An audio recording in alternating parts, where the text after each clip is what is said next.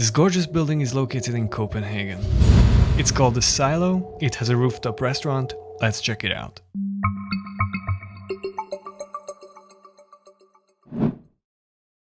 The Silo is situated in the area called Nordhavn. This harbor area is being rebuilt with new apartment complexes, so there's a lot of construction going on, but already now it has a unique modern feel. The restaurant sits on the 17th floor and the entrance is separate from the entrance to the apartments.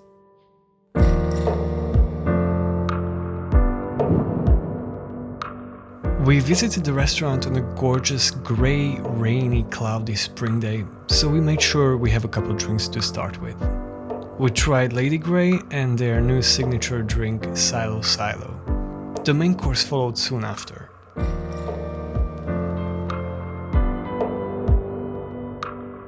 How's it going for you? It's really tasty. So good. It's like the fanciest McDonald's fries I've ever had. Tartar. It's beautiful.